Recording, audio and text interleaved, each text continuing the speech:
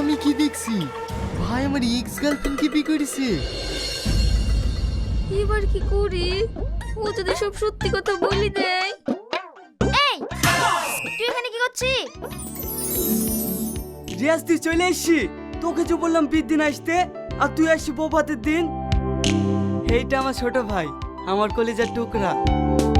ভালো আছো ভাবি?